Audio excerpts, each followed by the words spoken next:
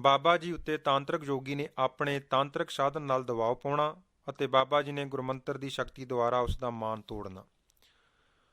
ਜੋ ਮਨੁੱਖ ਕਹਿਣੀ ਅਤੇ ਕਰਨੀ ਦਾ ਸੂਰਾ ਹੁੰਦਾ ਹੈ, ਉਸ ਦੇ ਮੁਖਾਰ ਬਿੰਦ ਵਿੱਚੋਂ ਨਿਕਲੇ ਬਚਨ ਬੜੇ ਅਸਰਦਾਇਕ ਤੇ ਪ੍ਰਭਾਵਸ਼ਾਲੀ ਹੁੰਦੇ ਹਨ। ਜੋ ਨਿਰਾ ਦੂਸਰਿਆਂ ਨੂੰ ਉਪਦੇਸ਼ ਹੀ ਦਿੰਦਾ ਹੈ, ਆਪ ਉਸ ਦੀ ਕਮਾਈ ਤੋਂ ਸੱਖਣਾ ਹੁੰਦਾ ਹੈ, ਉਸ ਦਾ ਅਸਰ ਦੂਸਰਿਆਂ ਉੱਪਰ ਨਾ ਮਾਤਰ ਹੀ ਹੁੰਦਾ ਹੈ। ਤਦ ਹੀ ਗੁਰਬਾਣੀ ਵਿੱਚ ਗੁਰੂ ਅਰਜਨ ਦੇਵ ਸਾਹਿਬ ਜੀ ਦਾ ਫਰਮਾਨ ਹੈ, ਪ੍ਰਥਮੇ ਮਨ ਪ੍ਰਬੁੱਧ ਹੈ ਆਪਣਾ, ਪਾਛੈ ਅਵਰ ਰੀਝਾਵੈ। ਜੀਵ ਪਹਿਲੇ ਆਪ ਪੂਰਨ ਕਮਾਈ ਕਰਕੇ ਫਿਰ ਹੀ ਦੂਸਰਿਆਂ ਨੂੰ ਉਪਦੇਸ਼ ਦੇਵੇ। ਧੰਨ ਗੁਰੂ ਰਾਮਦਾਸ ਸਾਹਿਬ ਜੀ ਉਸ ਜੀਵਾਤਮਾ ਨੂੰ ਕਿੰਨੀ ਵਡਿਆਈ ਦਿੰਦੇ ਹਨ ਜੋ ਆਪ ਉਸ ਪਿਆਰੇ ਪ੍ਰੀਤਮ ਦੀ ਅਰਾਧਨਾ ਕਰਕੇ ਉਸ ਦੀ ਯਾਦ ਨੂੰ ਸਦੀਵੀ ਤੌਰ ਤੇ ਹਿਰਦੇ ਵਿੱਚ ਵਸਾ ਲੈਂਦਾ ਹੈ ਅਤੇ ਫਿਰ ਹੀ ਦੂਸਰੇ ਜਗਿਆਸੂਆਂ ਨੂੰ ਉਸ ਕਰਤੇ ਨਾਲ ਜੁੜਨ ਦੀ ਪ੍ਰੇਰਨਾ ਦਿੰਦਾ ਹੈ। ਸਾਹਿਬਾਂ ਦਾ ਫਰਮਾਨ ਹੈ, ਜਨ ਨਾਨਕ ਧੂੜ ਮੰਗੈ ਤਿਸ ਗੁਰ ਸਿੱਖ ਕੀ, ਜੋ ਆਪ ਜਪੈ ਅਵਰਹਿ ਨਾਮ ਜਪਾਵੈ। ਭਾਈ ਗੁਰਦਾਸ ਜੀ ਦਾ ਵੀ ਫਰਮਾਨ ਹੈ ਕਿ ਹਉ ਤਿਸ ਘੋਲ ਕਮਾਇਆ, ਸਤਿਗੁਰ ਦਾ ਉਪਦੇਸ਼ ਕਮਾਵੈ। ਜੋ ਆਪ ਤਾਂ ਕਮਾਈ ਨਹੀਂ ਕਰਦੇ, ਕੇਵਲ ਦੂਸਰਿਆਂ ਨੂੰ ਹੀ ਉਪਦੇਸ਼ ਦਿੰਦੇ ਹਨ। ਬਾਬਾ ਕਬੀਰ ਜੀ ਦਾ ਉਹਨਾਂ ਪ੍ਰਤੀ ਫਤਵਾ ਹੈ, ਕਬੀਰ ਅਵਰੈ ਕਾ ਉਪਦੇਸ਼ ਤੇ, ਮੁਖ ਮੈਂ ਪਰ ਹੈ ਰੇਤ, ਰਾਸ ਬਿਰਾਨੀ ਰਾਖ ਤੇ, ਖਾਇਆ ਘਰ ਕਾ ਖੇਤ। ਅਤੇ ਪੰਜਵੇਂ ਸਤਿਗੁਰੂ ਧੰਨ ਗੁਰੂ ਅਰਜਨ ਦੇਵ ਸਾਹਿਬ ਜੀ ਦਾ ਇਹ ਫਰਮਾਨ ਬਾਬਾ ਕਬੀਰ ਜੀ ਦੇ ਇਸ ਉਪਰੋਕਤ ਫਰਮਾਨ ਦੀ ਹੀ ਪ੍ਰੋੜਤਾ ਵਿੱਚ ਹੈ ਕਿ ਅਵਰ ਉਪਦੇਸੈ ਆਪ ਨਾ ਕਰੈ, ਆਵਤ ਜਾਵਤ ਜਨਮੈ ਮਰੈ। ਪਰ ਬਾਬਾ ਜੀ ਨੇ ਤਾਂ ਸਾਰੀ ਆਯੂ ਦੂਸਰਿਆਂ ਨੂੰ ਕਰਨ ਲਈ ਜੋ ਵੀ ਕਿਹਾ, ਪਹਿਲਾਂ ਆਪ ਉਸ ਦੀ ਪੂਰੀ ਕਮਾਈ ਕਰਕੇ ਆਪਣੇ ਜੀਵਨ ਵਿੱਚ ਢਾਲਿਆ ਜਾਂ ਸਤਿਗੁਰੂ ਜੀ ਦੀ ਬਾਣੀ ਦੇ ਆਧਾਰ ਤੇ ਹੀ ਕੋਈ ਵਚਨ ਕੀਤਾ। ਸੋ ਇਹੋ ਜਿਹਾ ਕਰਨੀ ਵਾਲੇ ਜੀਵਨ ਦਾ ਆਲੇ ਦੁਆਲੇ ਦੇ ਵਾਤਾਵਰਣ ਤੇ ਪ੍ਰਭਾਵ ਪੈਣਾ ਕੁਦਰਤੀ ਸੀ। ਸੰਗਤਾਂ ਨੇ ਬਾਬਾ ਜੀ ਦੇ ਬਚਨਾਂ ਨੂੰ ਹਿਰਦੇ ਵਿੱਚ ਥਾਂ ਦਿੱਤੀ ਅਤੇ ਮਨਮਤ ਦਾ ਤਿਆਗ ਕਰਕੇ ਗੁਰਮਤ ਨੂੰ ਜੀਵਨ ਵਿੱਚ ਧਾਰਨ ਕੀਤਾ। ਸ਼ਰਾਬ ਦੀ ਥਾਂ ਅੰਮ੍ਰਿਤ ਨੇ ਲੈ ਲਈ ਅਤੇ ਮਾਸ ਦੀ ਤਾਮਸੀ ਖੁਰਾਕ ਛੱਡ ਕੇ ਲੋਕ ਸ਼ਾਕਾਹਾਰੀ ਬਣ ਗਏ।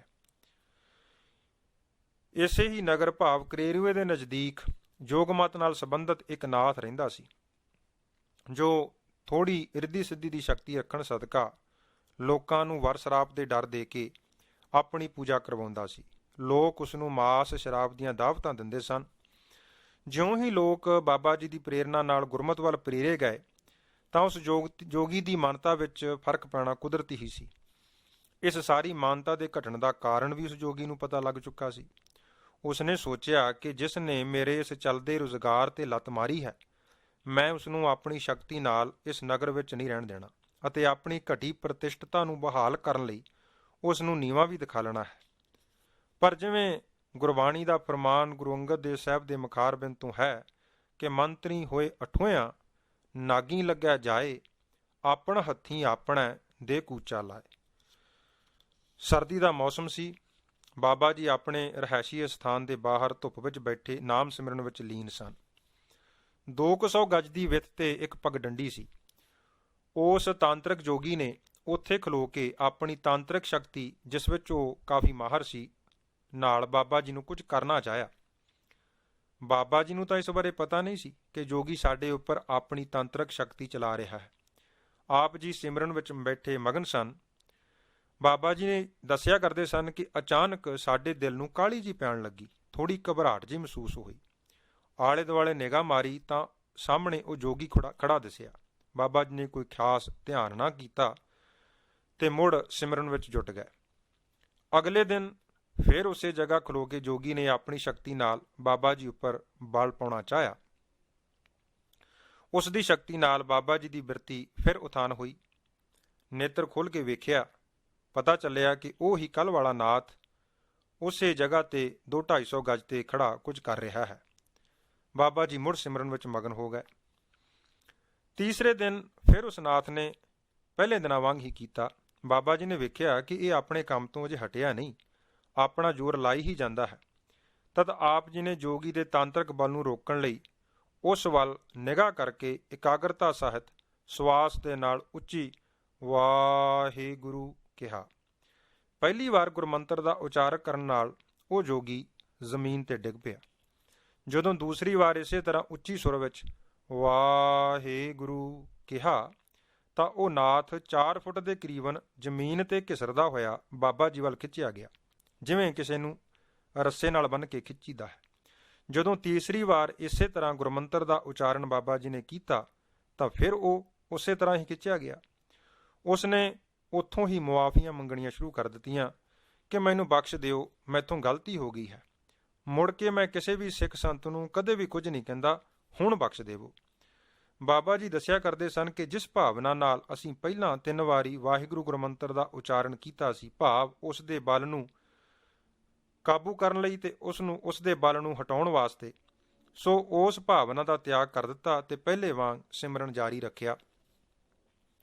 ਥੋੜੇ ਸਮੇਂ ਬਾਅਦ ਉਹ ਜੋਗੀ ਉੱਠਿਆ ਅਤੇ ਦੂਰੋਂ ਹੀ ਨਮਸਕਾਰਾਂ ਕਰਦਾ ਚਲਾ ਗਿਆ।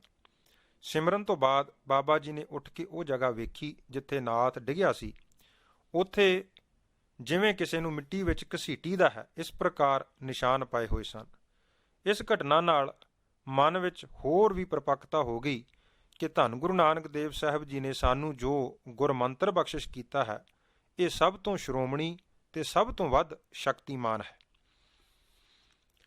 ਧੰਨ ਹਨ ਸਤਿਗੁਰੂ ਜੀ, ਜਿਨ੍ਹਾਂ ਨੇ ਭਾਈ ਗੁਰਦਾਸ ਜੀ ਦੇ ਕਥਨ ਅਨੁਸਾਰ 4 ਯੁੱਗਾਂ ਦੇ ਮੰਤਰਾਂ ਵਿੱਚੋਂ ਇੱਕ ਇੱਕ ਅੱਖਰ ਲੈ ਕੇ 4 ਯੁੱਗਾਂ ਦੇ ਮੰਤਰਾਂ ਦਾ ਫਲਦਾਤਾ ਵਾਹਿਗੁਰੂ ਗੁਰਮੰਤਰ ਆਪਣੇ ਗੁਰਸਿੱਖਾਂ ਨੂੰ ਬਖਸ਼ਿਆ ਹੈ। ਭਾਈ ਸਾਹਿਬ ਭਾਈ ਗੁਰਦਾਸ ਜੀ 49ਵੀਂ ਪੌੜੀ ਵਿੱਚ, ਪਹਿਲੀ ਵਾਰ ਦੀ 49ਵੀਂ ਪੌੜੀ ਵਿੱਚ ਵਾਹਿਗੁਰੂ ਗੁਰਮੰਤਰ ਦੇ ਫਲ ਬਾਰੇ ਸਾਨੂੰ ਅਗਵਾਈ ਦਿੰਦੇ ਨੇ ਕਿ ਸਤਿਯੁਗ ਸਤਿਗੁਰ ਵਾਸਦੇਵ ਵਵਾ ਵਿਸ਼ਨੂੰ ਨਾਮ ਜਪਾਵੈ, ਦੁਆਪਰ ਸਤਿਗੁਰ ਹਰੀ ਕ੍ਰਿਸ਼ਨ ਹਾਹਾ ਹਰ ਹਰ ਨਾਮ ਜਪਾਵੈ, ਤ੍ਰੇਤੇ ਸਤਿਗੁਰ ਰਾਮ ਜੀ ਰਾਰਾ ਰਾਮ ਜਪੈ ਸੁਖ ਪਾਵੈ, ਕਲਯੁਗ ਨਾਨਕ ਗੁਰ ਗੋਬਿੰਦ ਗੱਗਾ ਗੋਬਿੰਦ ਨਾਮ ਅਲਾਵੈ, ਚਾਰੇ ਜਾਗੇ 4 ਜੁਗੀ ਪੰਚਾਇਣ ਵਿੱਚ ਜਾਇ ਸਮਾਵੈ, ਚਾਰੋਂ ਅੱਛਰ ਇੱਕ ਕਰ ਵਾਹਿਗੁਰੂ ਜਪ ਮੰਤਰ ਸੁਣਾਵੈ, ਜਹਾਂ ਤੇ ਉਪਜਿਆ ਫਿਰ ਤਹਾਂ ਸਮਾਵੈ। ਅਤੇ ਸਰਬਲੋਕ ਗ੍ਰੰਥ ਅਨੁਸਾਰ ਇਹ ਸ੍ਰੇਸ਼ਟ ਸਾਰ ਮੰਤਰ ਸਤਿਗੁਰਾਂ ਨੇ ਆਪਣੇ ਪਿਆਰੇ ਖਾਲਸੇ ਨੂੰ ਬਖਸ਼ਿਸ਼ ਕੀਤਾ। ਸਾਰ ਮੰਤਰ ਚਾਰੋਂ ਕਾ ਚਾਰ, ਵਾਹਿਗੁਰੂ ਮੰਤਰ ਨਿਰਧਾਰ, ਕਲਪ ਕਲਪ ਪ੍ਰਤ ਅਕਸ਼ਰ ਕਹੀ, ਸ੍ਰੀ ਗੁਰੂ ਨਾਨਕ ਜਾਪਿਓ ਸਹੀ, ਨਿਜ ਆਤਮ ਪਰਮਾਤਮ ਦਰਸਿਓ, 4 ਕਲਪ ਮਹਿ ਮੰਤਰ ਸਰਸਿਓ, ਸਾ ਮੰਤਰ ਪ੍ਰਭ ਖਾਲਸਹਿ ਦੀਨਾ, ਵਾਹਿਗੁਰੂ ਪਦ ਪਾਵਨ ਕੀਨਾ। ਥੋੜੇ ਦਿਨਾਂ ਪਿੱਛੋਂ ਹੀ ਉਹ ਤਾਂਤਰਿਕ ਜੋਗੀ ਕਰੇਰੂਏ ਪਿੰਡ ਦੀ ਜੂਹ ਵਿੱਚੋਂ ਆਪਣਾ ਡੇਰਾ ਛੱਡ ਕੇ ਕਿਸੇ ਹੋਰ ਅਣਦੱਸੀ ਥਾਂ ਤੇ ਪੱਤਰਾਵਾਚ ਗਿਆ।